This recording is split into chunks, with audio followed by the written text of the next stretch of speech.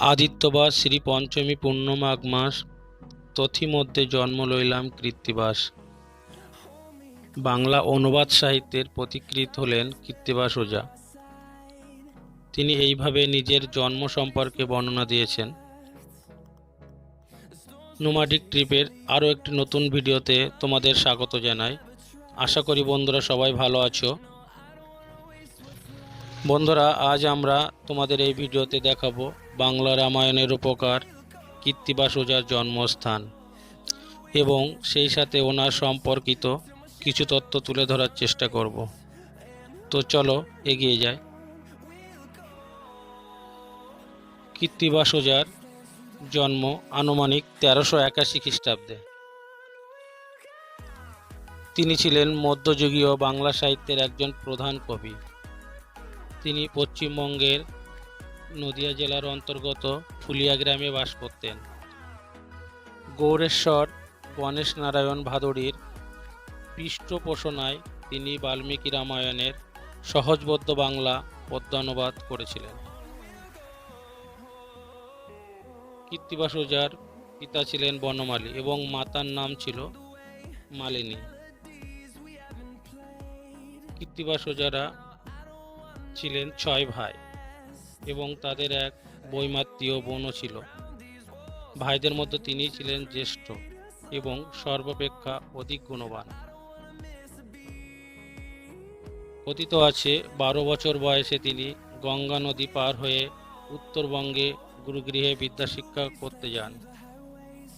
শিক্ষা শেষে রাজপণ্ডিত হওয়ার অভিপ্রায় নিয়ে গৌড়েশ্বরের রাজ্যসভায় উপস্থিত হন এবং একটি সরস শ্লোক রচনা করে রাজাকে তুষ্ট করেন।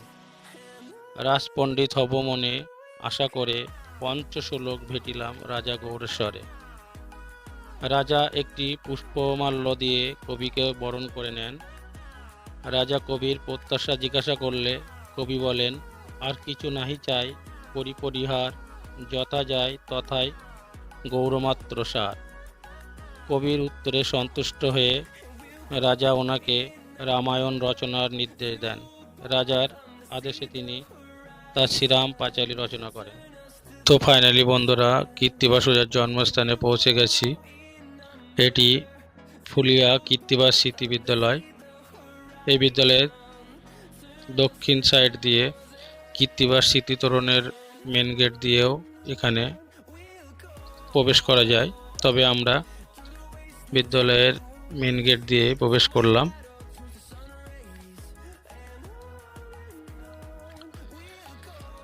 এটি কৃত্তিবাস স্মৃতিসৌধ। কৃত্তিবাস অনুদিত রামায়ণ কৃত্তিবাসী রামায়ণ নামে পরিচিত। 1802 সালে উইলিয়াম কেরির প্রচেষ্টায় শ্রীরামপুর মিশন প্রেস থেকে কৃত্তিবাসী রামায়ণ প্রথম 5 খণ্ডে মুদ্রিত হয়। এরপর 1830 থেকে 34 সালে জয়গোপাল তর্কালঙ্কারের সম্পাদনায় 2 খণ্ডে এর দ্বিতীয় সংস্করণ প্রকাশিত হয়।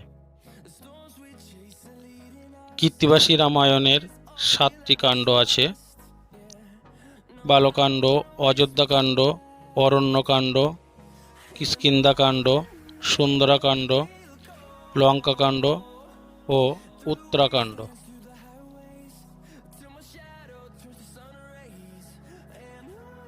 এটি কৃত্তিবাস কূপ। বর্তমানে এটি পরিত্যক্ত অবস্থায় আছে। শ্রীরাম পাঁচালীর মৌলিক অংশসমূহগুলি হল বীরবাহুর যুদ্ধ, তরণী সেনের কাহিনী, মহিরাবণ অহিরাবণের কাহিনী, রামের অকাল বোধন, মৃত্যু পথযাত্রী রাবণের কাছে রামচন্দ্রের শিক্ষা, সীতার রাবণ মূর্তি অঙ্কন ও রামের সন্দেহ এবং লবকুশের যুদ্ধ।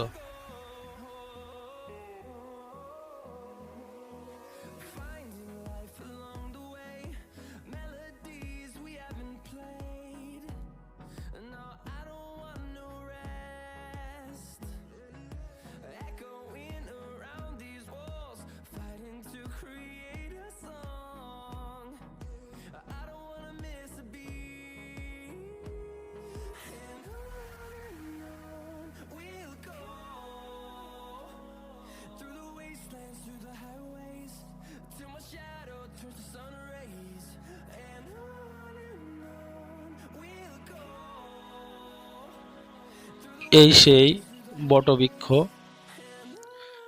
এই বটবৃক্ষের শীতল ছায়ায় বসে তিনি কৃত্তিবাসী রামায়ণ রচনা করেছিলেন।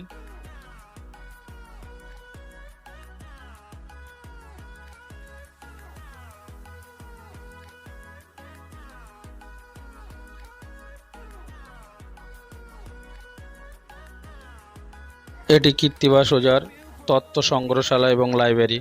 এই তত্ত্ব সংগ্রহশালায় কৃত্তিবাসী রামায়ণের 7টি কাণ্ড সুন্দরভাবে সুসজ্জিতভাবে রাখা আছে এবং শ্রীরাম পাঁচালীর বিভিন্ন চিত্র সুন্দর করে ফ্রেমবন্দি করে দেওয়ালে টানানো আছে।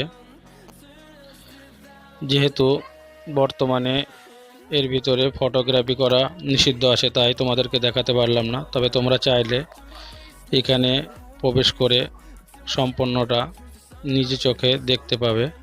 কৃত্তিবাস ওঝার মৃত্যু হয়েছিল আনুমানিক 1461 খ্রিস্টাব্দে এবং মৃত্যুকালে বয়স হয়েছিল প্রায় 80 বছর মতো। এটি যবন হরিদাসের সাধনপীঠ। এখানেই কৃত্তিবাস ওঝার সমাধিস্থল।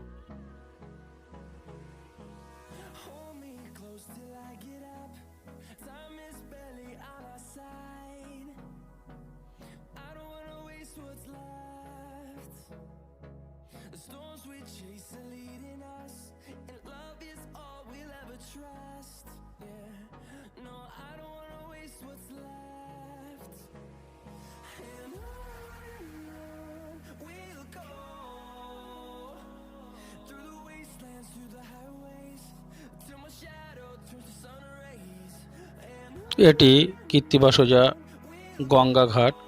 ঘাটটি বর্তমানে নতুনভাবে তৈরি হয়েছে।